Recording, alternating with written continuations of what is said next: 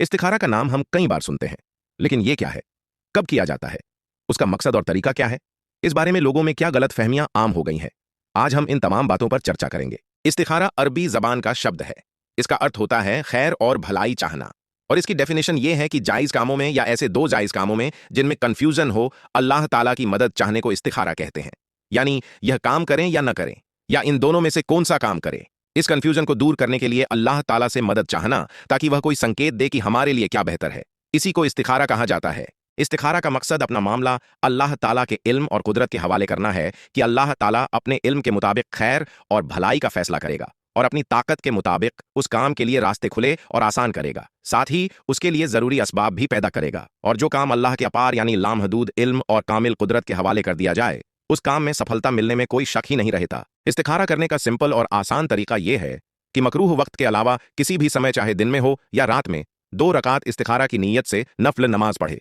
और नीयत दिल से इस तरह करनी है कि मेरे सामने यह मामला है, उसमें जो रास्ता मेरे लिए भलाई का हो, ए अल्लाह उसका मेरे हक में फैसला फरमा। इसके बाद ये दुआ पढ़नी है, और इस दुआ में जहां हाजिल अम्र पर पहुंचे वहां दिल में उस काम का ख्याल लाना है जिस काम के लिए इस्तिखारा कर रहे हैं। बस इतना काम कर लिया तो आपका इस्तिखारा हो गया। इस्तिखारा का अमल बहुत ही आसान अमल है, जैसा कि अभी बताया, लेकिन कुछ लोगों ने इसे बहुत ही मुश्किल बना दिया है, और ऐसी चीजों को भी इस्तिखारा के लिए जरूरी बना दिया है जिनका इस्तिखारा से दूर का भी संबंध नहीं होता। जैसे कि इस्तिखारा करने के बाद सोना जरूरी है, और सोना भी दाईं करवट पर किबला की तरफ मुंह रखकर जरूरी है। इसी तरह इस्तिखारा करने के बाद किसी से बातचीत नहीं करनी है, वरना इस्तिखारा का कोई फायदा नहीं होगा। इस्तिखारा का नतीजा सिर्फ सपने में ही मालूम होता है। इस्तिखारा सिर्फ बड़े और अहम कामों के लिए किया जाता है वगैरह। ये तमाम बातें लोगों के बीच ऐसे ही मशहूर हो गई हैं, जबकि इस्तिखारा के लिए इन बातों का जरूरी होना साबित नहीं है। याद रहे कि इस्तिखारा के नतीजे के लिए सपना आना और उसमें उस काम को करने या न करने के संकेत, इशारे या निशानी से मदद मिलना जरूरी नहीं है। हाँ, अगर किसी को मिल जाए तो ठीक है, वरना जरूरी नहीं है।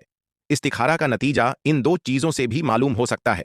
नंबर 1, किसी एक काम पर या करने और न करने पर दिल संतुष्ट यानी मुतमईन हो जाए, मतलब कंफ्यूजन दूर हो जाए। और नंबर 2, उस काम के लिए असबाब सरसामान उपलब्ध होने लगे, यानी पैदा हो जाए। सपने में संकेत मिलने के अलावा ये 2 चीजें भी इस्तिखारा का जवाब के रूप में संकेत ही कहलाता है। याद रहे कि इस्तिखारा करने के लिए कोई संख्या यानी तादाद तय नहीं है। बेहतर यह है कि 3 दिन से लेकर 7 दिन तक लगातार किया जाए। अगर उसके बाद भी कोई नतीजा मालूम ना हो तो जब तक मालूम ना हो तब तक करने में भी कोई हरज नहीं है। ज्यादा समय बीतने के बाद भी कोई नतीजा ना मिले तो उस दौरान किसी से मशवरा भी लेते रहना चाहिए, क्योंकि इस्तिखारा में जवाब मिल ही जाए यह भी जरूरी नहीं है।